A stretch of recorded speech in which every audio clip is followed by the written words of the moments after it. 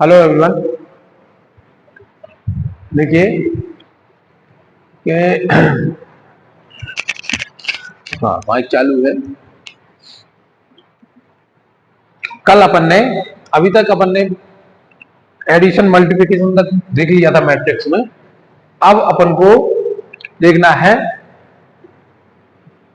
परिवर्त्य आव्यूह, इसको इंग्लिश में बोलते हैं ट्रांसपोज। ठीक है, ट्रांसपोज आव्यूह। ठीक है, ट्रांसपोज। ठीक है, तो ट्रांसपोज आव्यूह क्या होता है? देखिए, एक कोई मैट्रिक्स दी गई है आपको। ठीक है, 2x2 का देख लेते हैं सबसे पहले। 2x2 का 3 5 1 2। ठीक है, ये 2x2 की मैट्रिक्स है ना।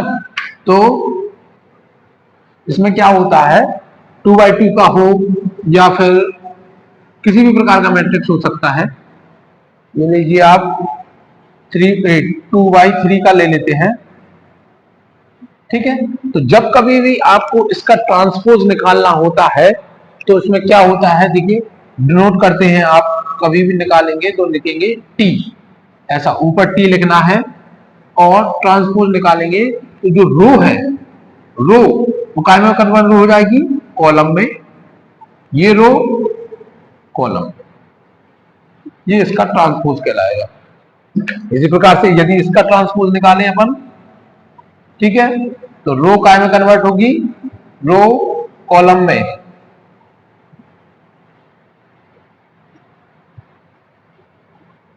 ठीक, तो ये कहलाता है transpose of matrix.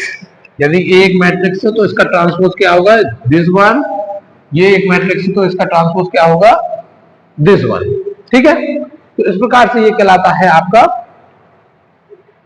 Transpose of matrix. ठीक है ना।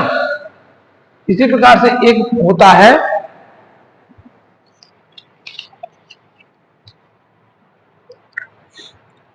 व्युत्क्रम आव्यूह और अव्युत्क्रम आव्यूह। ठीक है,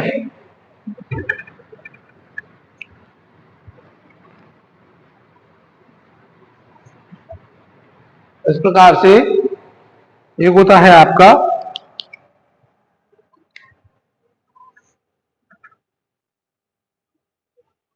व्युत्क्रमणीय अव्युत्क्रम पढ़ना है हमको, व्युत्क्रम नहीं अव्युत्क्रम। ठीक है, जिसको बोलते हैं सिंगुलर मैट्रिक्स। ठीक है, सिंगुलर मैट्रिक्स क्या होता है? देखिए, यदि 1 2 3 4 5 6 7 8 9 दिस वन दिया गया है, तो सिंगुलर मैट्रिक्स की कंडीशन होती है कि यदि इसका ए मैट्रिक्स निकालेंगे तो वो 0 के बराबर आएगा। ठीक है, क्या हो? ए मैट्रिक्स यदि निकालेंगे इसका तो क्या आएगा? 0 के बराबर आएगा। ठीक है, मैट्रिक्स निकालेंगे तो 0 के बराबर आएगा। और यदि ए मैट्रिक्स निकाले और वो 0 के बराबर नहीं आएगा तो वो कहलाएगा आपका व्युत्क्रम आव्यूह। व्युत्क्रमणीय ऐसा कुछ बोलते हैं हिंदी में। ठीक है, व्युत्क्रमणीय आव्यूह, व्युत्क्रमणीय आव्यूह। ठीक है ना। व्युत्क्रम आव्यूह मतलब इनवर्स मैट्रिक्स। कैसा? Inverse matrix. तो जब आप ए इनवर्स निकालते हैं तो ये कंडीशन आप चेक करते हैं। ये दो कंडीशन आप चेक करते हैं जब ए इनवर्स निकालते हैं, तो वहां पे इसका इस्तेमाल होता है। तो आपकी जानकारी के लिए आपको ये बता दिया मैंने कौन सा आव्यूह व्युत्क्रम है और कौन सा आव्यूह अव्युत्क्रमणीय होता है। अब कभी कभार अव्युत्क्रम आव्यूह में इस प्रकार से क्वेश्चन आ जाता है कि यदि ऐसा क्वेश्चन दिया हो और बीच में कहीं एक्स रख दिया, अब उसने बोल दिया कि इसमें ए बराबर दिया है दिस, तो एक्स की वैल्यू ज्ञात कीजिए यदि ये अव्युत्क्रमणीय आव्यूह है। अब आपको पता है कि यदि ये अव्युत्क्रमणीय आव्यूह है तो इस कंडीशन को ये फॉलो करेगा। ठीक है, ये कंडीशन फॉलो करेगा। अब यदि आप इसको डिटर्मिनेंट में रखेंगे 3 4 x 6 7 8 9 इज इक्वल टू 0, ये कंडीशन रखी मैंने, तो ये मैट्रिक्स ये कंडीशन फॉलो करेगा, क्योंकि उसने बोल दिया ये अव्युत्क्रमणीय आव्यूह है, तो ये फॉलो करेगा। तो x की वैल्यू क्या होगी? तो ये ऐसे क्वेश्चन मैंने आपको डिटर्मिनेंट में सॉल्व करना बताए हैं, तो आप इसको आराम से सॉल्व कर सकते हो। ठीक है, ये हो गया आपका अव्युत्क्रमणीय आव्यूह। इससे कभी कभार ऐसा क्वेश्चन पूछ लिया जाता है कि यदि ये अव्युत्क्रमणीय आव्यूह है तो ये कंडीशन फुलफिल करेगा। इस कंडीशन को आपने इधर रख दिया है ना, तो और इसको सॉल्व करना मैंने आपको डिटर्मिनेंट में बताया है। ठीक है, ये हो गया आपका अव्युत्क्रमणीय आव्यूह। अब चलते हैं अपन एडजॉइंट निकालने पे। ठीक है ना, तो किस प्रकार से आपके ये दोनों छोटे छोटे आव्यूह थे और ये इनमें कभी कभार क्वेश्चन पूछ लिया जाता है। ठीक है, अब चलते हैं एडजॉइंट निकालने पे, जो कि बहुत ही इंपॉर्टेंट है, जिसको बोलते हैं सहखंडज आव्यूह। ठीक है, क्या बोलते हैं? सहखंडज आव्यूह। ठीक है, तो पहले अपन देखेंगे 2x2 का मैट्रिक्स, 2x2 के मैट्रिक्स का सहखंडज आव्यूह कैसे निकाला जाता है। ठीक है, यदि A बराबर 1 2 3 4 1 2 3 -5, ठीक है, तो इसका आपको एडजॉइंट निकालना है। ठीक है, इसका एडजॉइंट निकालना सिंपल है। देखिए, ये निकालना है, इसको लिखोगे आप A D J A, direct निकल जाता है इसका, इसका चेंज हो जाएगा, ये इधर हो जाएगा, ये इधर आ जाएगा, तो यहां लिखेंगे -5 1, और इन दोनों पे माइनस का साइन आ जाता है। ठीक, तो ये हो जाएगा आपका एडजॉइंट। ठीक, क्या हो जाएगा ये हो जाएगा आपका एडजॉइंट। किसका? इसका। 2x2 का तो बहुत सिंपल है, आपने सिंपल से करके ये एडजॉइंट निकाल दिया इसका, है ना। ये हो गया आपका 2x2 का। अब चलते हैं अपन 3x3 के। ठीक है, 2x2 का समझ में आया ना, सिंपल है। इसका ये इसको रिप्लेस करेगा, ये इसको रिप्लेस करेगा, और इन दोनों में माइनस का साइन आ जाएगा। ठीक है, तो ये हो जाएगा आपका 2x2 का एडजॉइंट। अब जब आप 3x3 का एडजॉइंट निकालते हैं तो वहां पे थोड़ी सी कंडीशन अलग होती है, वो बहुत इंपॉर्टेंट है, आपका पूछा जाता है एडजॉइंट, तो आपको अच्छे से समझना है। मैं बिल्कुल डिटेल में आपको पढ़ाऊंगा, है ना, बिल्कुल नहीं घबराना है। 1 1 1 1 2 -3 2 -1 3। ठीक है, एक बार चेक कर ले तो हाँ, ये। अब इसके सहखंडज निकालना है आपको। ठीक है, अब उसमें तो अपन को पता था, उसमें तो सीधा सीधा निकल जाता है। ठीक है, अब इसके अवयव निकालने पड़ेंगे। ठीक है, तो ए मैट्रिक्स के यदि आपको इसको मैट्रिक्स में परिवर्तित करेंगे कि सहखंडज निकालना है इसके, है ना।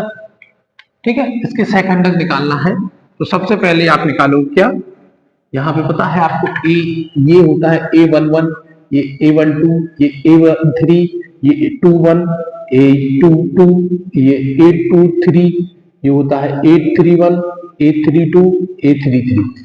ठीक है, इस प्रकार से होते हैं। तो आप यदि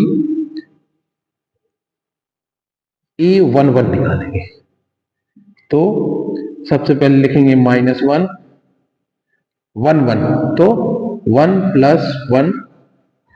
ठीक है, ये ले लेंगे अपन, ये वाला ले रहे हैं ना 1 1, तो ये कट जाएगा, ये कट जाएगा, बचेगा क्या? ठीक है, इस प्रकार से सहखंडज निकालते हैं। तो A11 की वैल्यू क्या हो जाएगी आपकी? A11 की वैल्यू हो जाएगी -1 का स्क्वायर, इसका इसमें गुणा होगा 2 × 3 माइनस, ठीक है, -1 इंटू -3, ठीक है ना। तो A11 अब स्क्वायर है तो इसको ऐसा लिख सकते हैं, है ना। इसका 6 हो जाएगा, इसका इसमें गुणा होगा तो कितना होगा, माइनस माइनस गुणा हो जाएगा 3, ठीक है। अब देखो -1 का गुणा होगा तो क्या हो जाएगा, +1, +1 हो जाएगा, ये हो जाएगा क्या 3, तो A11 बराबर आ जाएगा क्या 3, ठीक है। तो ये आई आपकी A11 की वैल्यू। मैं इधर साइड में लिख लेता हूं क्योंकि हम बाद में जरूरत पड़ेगी A11 की। कितनी वैल्यू आई, 3, ठीक। अब निकालते अपन A12, ठीक है, A12, ठीक है। अब देखिए A12 बराबर हो जाएगा -1, 1 + 2, 1 2 है, 1 + 2, ठीक है। अब जब ये लेंगे तो ये वाली रो कट जाएगी और ये वाला कट जाएगा तो बचेगा क्या, 1 2 3 -3, 1 2 -3 3, ये बचेगा, ठीक है। अब इसको गुणा करेंगे तो -1 की पावर क्यू, ठीक है। इसका इसमें 3 × 1 माइनस इसका इसमें 2 × -3, ठीक। अब आपको यहां पे ये ध्यान रखना है कि यदि घात में सम संख्या है तो प्लस का चिन्ह आएगा, यदि विषम संख्या है तो माइनस का चिन्ह आएगा। वो कैसे, यदि सम संख्या है तो -1 × -1 मतलब -1 गुणा हो जाएगा सम संख्या में, और यदि -1 और आ जाएगा, यदि विषम हो जाएंगे तो इसमें एक माइनस फिर बचेगा। तो इसी प्रकार से आपको ये बार बार करने की जरूरत नहीं है, आपको याद रखना है कि यदि सम संख्या है तो प्लस का चिन्ह आएगा, और यदि विषम संख्या है पावर में तो माइनस का चिन्ह आएगा, ठीक है। तो अब मैं डायरेक्ट लिखूंगा इसमें, ये आ जाएगा माइनस, ठीक है, ये 3, ये minus minus minus minus plus हो जाएंगे 6, ये हो जाएगा -9, ठीक है। अब मैं इधर बार बार नहीं लिखूंगा, समझाऊंगा कि हाँ -2 आया, +2 आया, ठीक है। A13 -1 1 + 3 दिस वन, ये और ये 1 2 2 -1, ठीक है, यही है। -1 की पावर 4, इसका गुणा इसमें 1 × -1, ये हो जाएगा 2 × 2, ठीक है। क्योंकि सम संख्या है तो प्लस का चिन्ह आएगा, -1 -4 = -5, ठीक है। 1 2 की वैल्यू कितनी आई, -9, A13 की वैल्यू कितनी आई, -5, ठीक है। ये आ गया इतना समझ में। अब देखिए A21 -1 की पावर 2 + 1 2 1, ये और ये कट जाएगा तो बचेगा क्या, ये 1 1 -1 3, ठीक है। -1 की पावर 3 3 -1 × -1, ठीक है। -1 की पावर, देखिए विषम संख्या है तो माइनस आ जाएगा, 3 माइनस माइनस हो जाएगा प्लस, तो ये हो जाएगा -4, ठीक। इसी प्रकार से आप निकाल लोगे आप A22 -1 2 + 2 दिस वन, ये और ये, तो बचेगा क्या 1 1 2 3, ठीक है। -1 × 4 3 -2 माइनस सम संख्या है तो प्लस आ जाएगा, बचेगा 1, तो 1। A21 बराबर क्या हो जाएगा, -4, A22 बराबर हो जाएगा 1, ठीक। ये आपको समझ में आया। इसी प्रकार से रोहन निकालेंगे अपन,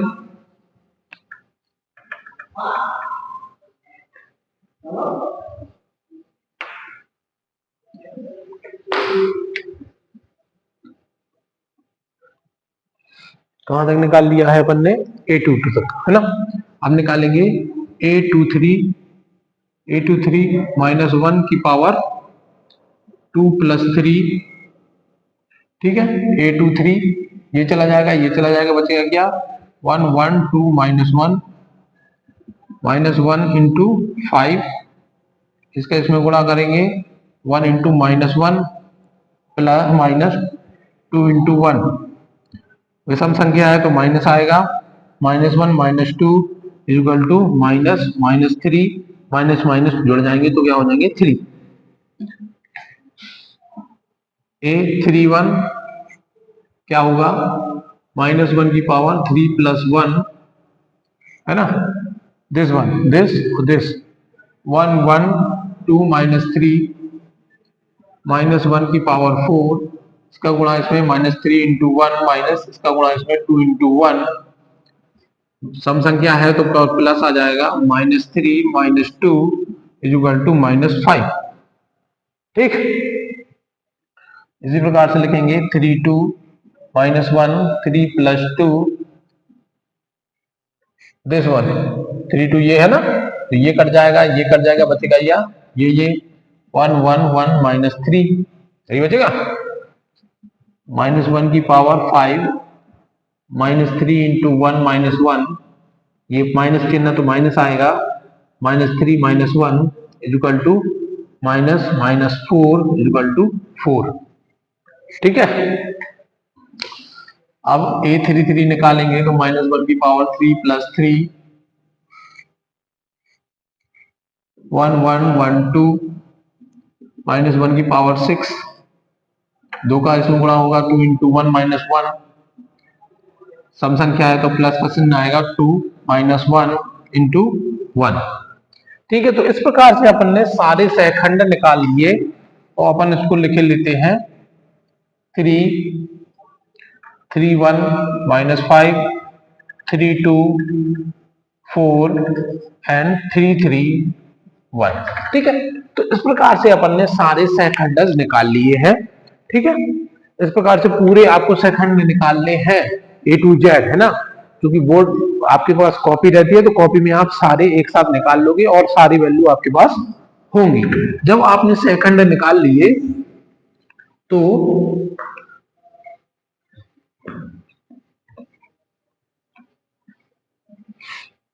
इसके सहखंड से बनेगा आपका एक मैट्रिक्स, कौन सा नया मैट्रिक्स बनेगा, इसके सहखंड से आप बी मैट्रिक्स बनाएंगे जिसमें सहखंड होंगे, ठीक है, A11 A12 A13 A21 A22 A23 A31 A32 A33।